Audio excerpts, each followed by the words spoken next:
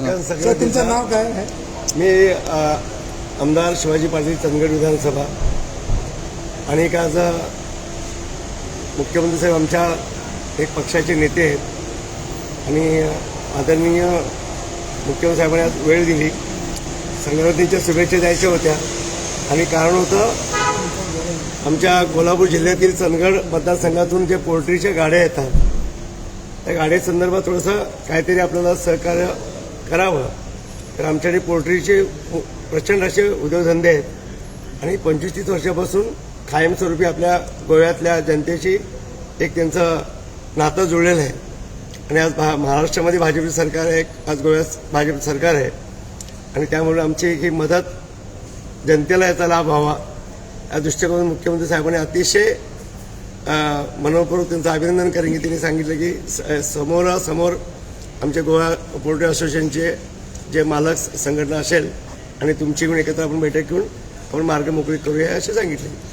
जो गोव्याचे कायदे कानून आमच्या पोल्ट्रीधारकांना मान्य करून त्यांच्या नियमानुसार आपल्या गाडीचे काय व्यवस्था असेल गाडी असेल त्याचे आपण कुठल्याही तुमच्या शट्टीचा भंग होता कामा नये या हिशोबाने त्यांनी आम्हाला सांगितलं आणि आम्ही व्यवस्थित पालन करू आणि आम्हाला म्हणजे त्यांच्या अटी शर्ती तुमच्या गोव्या विभागाच्या कायदे कानूनच्या ज्या असतील त्या आपण अतिशय व्यवस्थितमध्ये आपण त्याचं पालन करू आणि चांगल्या प्रतीचे आपण कोंबडी व्यवसायामध्ये चांगल्या प्रतीचे आपण दर्जेदार आपण मांस आपण गोव्या आमच्या बांधवांसाठी आपण उपलब्ध करू आणि समंजसपणे मार्ग आपण मोकळा करू असं ते आश्वासन साहेबांनी दिलं आणि संयुक्त आमची बैठक होईल.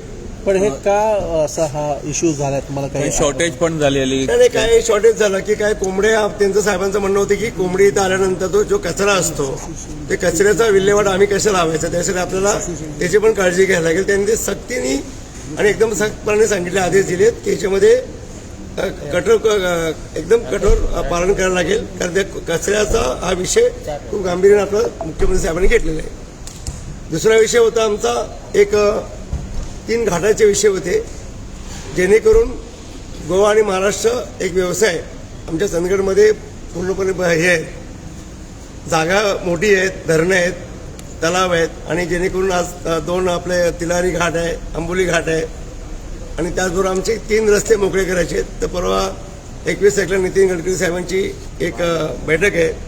त्या बैठकीला संयुक्त आमचे अधिकारी आणि साहेबांचे सोबत मिटिंग करून आपल्याला ते मोठे घाट करून एक लॉजिस्टिक पार्कसाठी आम्ही खूप प्रयत्नशील आहोत आणि ह्याच्यासाठी महत्त्वाची बैठक होती. त्यासाठी आपल्याला मुख्यमंत्री साहेबांनी मनापासून सर्व सहकार्य करण्याचं आश्वासन दिलेत आणि त्यांचा खूप खूप धन्यवाद. तिलारी घाटाचा जो इश्यू तुम्ही काढला तो खूप टाइम असा रिपेअर केलेला नाही आणि खूपसे इश्यूज पण होते म्हणजे जाणाऱ्यांना त्रास, चेकपोस्ट वगैरे. आत्ताच आमचं सरकार बसलेलं महाराष्ट्रामधलं अतिशय ताकदीचे नेते आमचे आदरणीय आमचा देवेंद्र फडणवीस साहेबांच्या माध्यमातून आणि आदरणीय गोव्याचे सीएम साहेब प्रमोद सावंत साहेबांच्या माध्यमातून हा रस्त्याचा जो दोन्ही घाटांचे जे विषय आहेत ते अतिशय चांगल्या पद्धतीने मार्ग निघतील. चांगल्या घाटाचे रस्ते आपला गोवा म्हणजे फक्त पर्यटनच्या खूप मोठा वाव आहे तर पर्यटनचा आम्हाला पण त्याची काहीतरी आम्हाला त्याचा चांगली संधी उपलब्ध व्हावी म्हणून चंदगड विधानसभेमध्ये रस्त्याजवळचे रस्ते जोडून आम्ही चांगले घाटाचे रस्ते आम्ही करू असं आश्वासन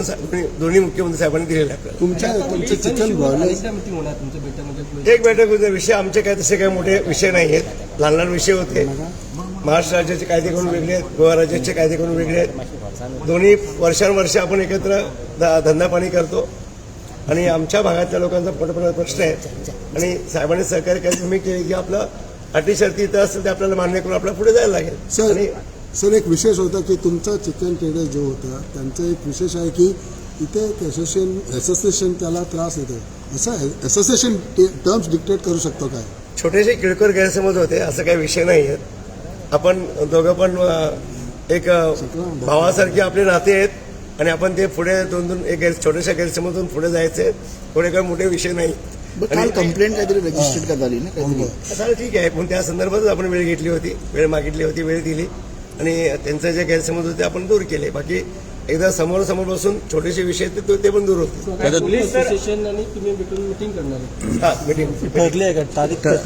तारीख नाही समोर गव्हर्नमेंट या असोसिएशन म्हणजे गोवा पोल्ट्री असोसिएशन आणि महाराष्ट्र पोल्ट्री असोसिएशन जे आमच्या जिल्ह्याचे असतील त्यांच्या दोन्ही बैठकीमधून काहीतरी मेन ते विषय असा होता की बाबा चिकन आपण भागातून येते कारण तिचं कचरा विल्हेवाट कशी लावायची त्या संदर्भात महत्त्वाचं पाऊल आदरणीय मुख्यमंत्री साहेबांनी निर्णय घेतील आणि तो निर्णय असेल तो आम्हाला मान्य असेल. सर किती रिक्वायरमेंट अशी गोव्यामध्ये ते अजून मला ह्याच्यातलं सांगता येणार नाही. थँक्यू. बरं.